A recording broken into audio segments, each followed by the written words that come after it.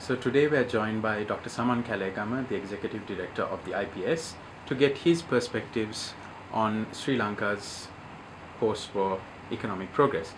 Dr. Kelegama, my first question to you is, uh, what is your assessment of the progress of the Sri Lankan economy in the last 5 years since the end of the war?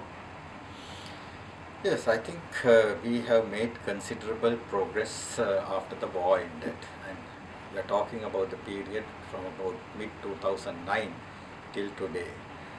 So, if one looks at some of the areas of the economy, we see that most of the projects, though the foundation was laid when the war was going on, really took off after the war ended, especially in the area of infrastructure. If we are talking about, say, roads, the two main highways that are now open to the public, the Southern Highway and the Airport Highway, in fact came into operation in the post-2009 period. Even the main coal power project in Norachale came into operation after the war ended, although the work started when the war was going on. So the post-war period facilitated the quick completion of these projects. Then the integration of both the northern and the eastern province with the rest of the country also took place very rapidly. Of course, the northern revival or the Utturu Vasantaya program and the Naganahira Navodaya, the Eastern Reawakening program, helped this integration process. So much so today, the eastern province has become the largest paddy producing province of this country. It supplies paddy not only to the province itself but to the rest of the provinces also. And the fish catch from the northern and the eastern seabelt has increased tremendously. And of course, if one looks at the roads and the main key roads to the capitals of the northern and the eastern province, they have been well developed. Electricity lines, water supply, etc. are now in place. Demining took place very rapidly, and in fact, I would say more than 90% of the demining has now been completed. Only some remote areas in the jungles are remaining, and those I'm sure will be completed within the next 6 months to 1 year. So in that sense, especially in the infrastructure area, we see quite a lot of development in this country, and that is also reflected in the the above 6% growth rates that we have been recording after 2010. Of course, we must keep in mind the fact that when the war ended, it coincided with the global recession starting and making an adverse impact on all developing countries, including Sri Lanka. Fortunately, we had the IMF package, and the IMF package facilitated the economic recovery. We also had a government with two-thirds majority, so that gave the political stability to the regime. So all those factors contributed to this economic growth and development we saw. One thing I would also like to add to what I have already said is that the entire urban regeneration, urban development programs also started after the war ended. The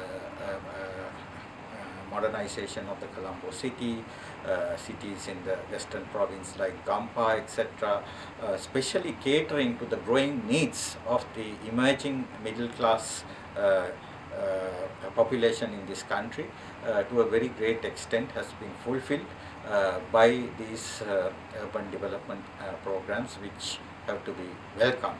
And also we saw during this period the increase in number of mobile phones, motor vehicles, etc., all indications that the middle class is growing, and there is a demand for such consumer durables. Continuing on that, Dr. Kelegama, there was a lot of optimism both domestically and internationally following the end of the conflict, especially among the private sector and also among ordinary people. Do you believe that Sri Lanka has fully harnessed that post-war dividend, that post-war opportunity that was presented to us over these last 5 years? No, we have not fully harness that opportunity because there is a very large unfinished agenda. First, there have been areas where we have not been that successful. One area that immediately comes to my mind is attracting foreign direct investment. Now, countries that came out of war like Vietnam were able to attract 4 to 6% GDP per annum of foreign direct investment. Our foreign direct investment has been fluctuating between 1 to 2% of GDP. And this, of course, is mainly due to we not being able to give predictable and consistent signals to the foreign investors. Whatever foreign investment we have seen after the war ended have been mainly in the hotel sector and the real estate sector like condominium apartments, etc. Not much in the productive sectors. Then, of course, we have not been able to fully convince the Western countries, who are still our major export markets, that the post-war reconciliation and development is in the correct path, and that is why we lost the GSP Plus scheme in August 2010, and all sorts of problems we have been facing at the UNHCR, etc. So there is a lot more work to be done in the reconciliation and also our dialogue and discussions with the Western countries. Then, of course, in the economy, there are areas that have to be looked into, especially the declining export share in the overall GDP, the declining revenue in the overall GDP. These areas also needs to be looked at. And if these areas were also addressed, I am sure that we could have reaped much more dividends from the in the post-war era.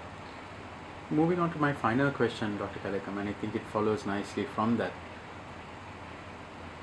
Given that we are at the 5-year mark since the end of the war, in the next 5 years, what are some of the critical areas that Sri Lanka must tackle in putting our post-war growth on a sustainable path? Yeah, I mean, if you look at the Sri Lankan economy with the growing middle class, which we have covered in our State of the Economy report, and its unutilized resource potential, the economy is capable of growing around 8%. And for that, we need an investment between 32 to 36% of GDP, given the efficiency and the productivity of the economy. But there is a huge gap between the savings of this economy and the investment. So this gap has to strictly be bridged by more foreign direct investment. Instead, we are depending on foreign borrowing to a very great extent to fill this gap, and this borrowing is not sustainable. You see, although the public debt per GDP ratio has been coming down, that is by no means a convincing indicator of our excessive dependence on foreign debt. So one area where we have to work a lot is in attracting foreign direct investment. The point I made earlier, we should aim 4 to 5% of GDP per annum foreign direct investment, like Vietnam, and now the newly emerging Myanmar is successful in obtaining. So this is one of the main challenges, and for that we have to give predictable and consistent signals without policy backtracking. We saw some policy backtracking during the past 5 years, like the private pension bill, the private the tertiary education, attracting the private sector to that area, backtracking on that bill. So these type of policy reversals and the Acquisition Act of private companies in December 2001, these type of legislation sometimes are not properly read and they give confusing signals. We have to avoid that type of thing occurring in the future. Now, the second major challenge is to increase our export share in GDP, which is around 17%. This is not adequate for a developing country like Sri Lanka, and for that we have to increase address the increasing cost of production, productivity of the economy, and for that the whole exchange rate policy, the minimizing of the cost of production, improving the productivity of the economy. These are challenging areas, but we have to take them head on and address them. This is very important because increasing export revenue is a key element in sustaining the current import regime and also sustaining the growth process. Third area is, I think, enhancing the overall revenue in the economy.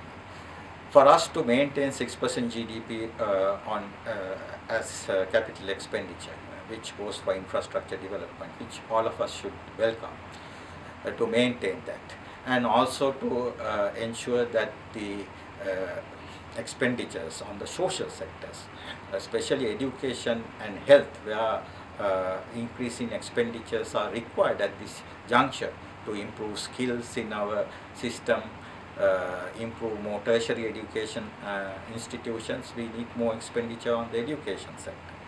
Then in the health sector, with the growing aging of the population and additional health requirements, we have to increase the health expenditure. So all that, without depending on borrowing, we have to enhance revenue.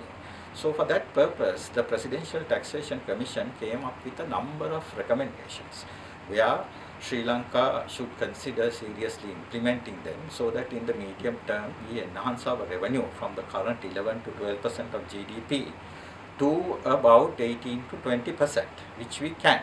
So that also remains a challenge. Some of those policies that we have recommended may have short-term costs, but in the medium and the long term, they are very beneficial for the economy, and they should be seriously considered for implementation.